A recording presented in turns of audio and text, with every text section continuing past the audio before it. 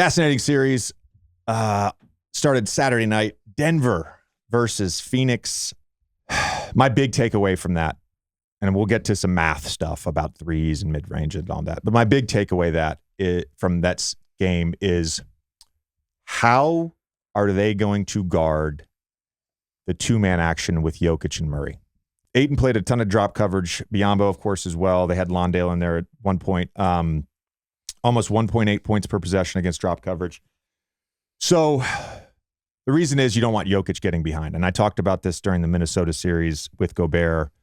It's what makes that action so deadly, because you have Jamal Murray, who clearly has the tools and the pedigree of self-shot creation.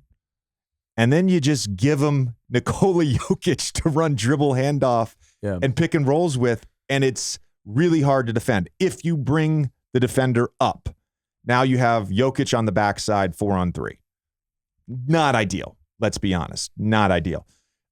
If you switch, which is something they did at one point early, I'm not sure how much they did it late, but I know they did it early. Jamal Murray just dribbled out and shot a three over DeAndre Ayton.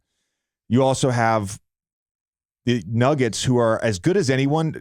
Philly does a good job of this too with Embiid. Not a lot of post guys, right? But when you do front after a switch, they're so good at flashing. A lot of times it's Aaron Gordon or Michael Porter Jr. They're so good at flashing them to the foul line, and Jokic does such a good job of uprooting and creating that passing angle, so there is space to throw over the top. Not a good option. So that's the series. We can talk about threes. We can talk about mid-range. So what do you do? That's the series. I mean, how do you just prevent Jamal from going for 30 plus? Because that also you would have the big up. You would blitz, but then again, it's Jokic on the backside 4-on-3. That's not something you want. And the other thing too is Murray's so good at dragging out the big. So you're in drop coverage. He doesn't have a shot. He's going to dribble down, create a passing angle. Jokic so good getting to that short roll, shooting floaters, right? His touch is so incredible in that little 7 to 9 foot range. And then if Jokic pops, which he did a couple times in that Minnesota series where, all right, I'm going to attack the corner, dribble down to the baseline. He drags the big all the way down. They don't get the late switch. He throws back to Jokic. Jokic has a wide open three. I don't know that there's an answer, Tommy. I think my general thesis when I think about the problems with great players, it's not what's the best option. It's not, because there is no good option. A lot of my thesis centers around mixing it up, and you mix it up based on lineups. You try to figure out, is there somebody on the court? Maybe it's Bruce Brown. Maybe you're willing to live with the Bruce Brown three, and you say, okay, we are going to blitz this because Bruce Brown's on the court. Maybe it's going small and say, all right, we're going to switch. And you know what? We're going to play green, which is basically you force the over-the-top pass to Jokic and you double from the baseline side and you turn them baseline. It's hard to pass out of that.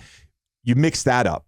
But, 17 on-ball screens for Jamal Murray, 14 of those are with Jokic. It's a high-volume play. Yeah. You've got to figure that out. The math problem, which we'll get to now with the 2s versus 3s with Phoenix, also feels like just a thing they have to fix. Yeah. Part of it is just the generation of threes, right? The Suns, for whatever reason, haven't generated a lot of threes. They took 23 in game 1, which I think the Chicago Bulls averaged 28 this year, and they were the last in the league. They took 5 in the first half. Yeah, and Booker took 1, and he's one of their best shooters, and obviously had a solid game. But the thing with Denver, so we go back 2 years ago, Chris Paul, Booker, they just killed Denver in pick and roll, and Jokic for a lot of that series was in a heavy drop, and they mixed it up at times. It was funny because there was a play in the first half where Chris Paul came off and dropped coverage and hit a little pull up from 12 feet, and you could see Jokic's do this, right? He was like, he doesn't want to play drop. Yeah. Mike Malone told us that last game we did. He is most comfortable being up at the level and then retreating, and obviously that puts the onus on the backside. I think what I saw a lot, and they do this anyways, but we've talked about the 5th guy for the Suns since they made these trades. Michael Porter Jr. a lot of times is guarding that fifth guy. So watch where he is when Jokic is up in pick and roll. He's pulling all the way over way early, and really what they're willing to give up. Again, it's a problem. What's the thing we're willing to live with? It's Torrey Craig. It's Josh Okogie in the corner shooting threes. Yeah, and Torrey Craig started great first round, but he's struggled a little bit since then. It does feel like that's an ongoing problem. There's this Phoenix shot 55% in the first half. They were down 17 points.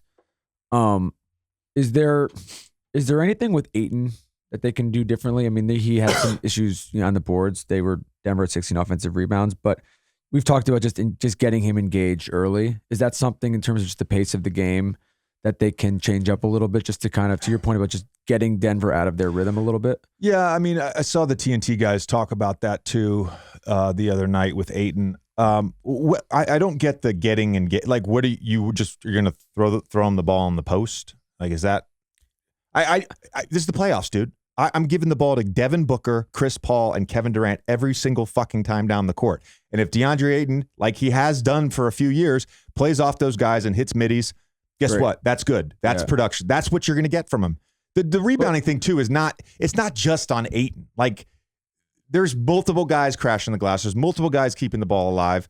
Phoenix, I mean, again, they're starting in game one. It was Okogie. Last series it was Torrey Craig. But you're starting 4 perimeter guys. Like, and I know, but Gordon is a big dude. Michael Porter Jr. is a big dude. Like that stuff. Matt Jokic is huge. He has I don't know how he doesn't jump and gets his hand on every basketball near the rim. Yeah. And so look, I know I've been negative, I think, about the Suns.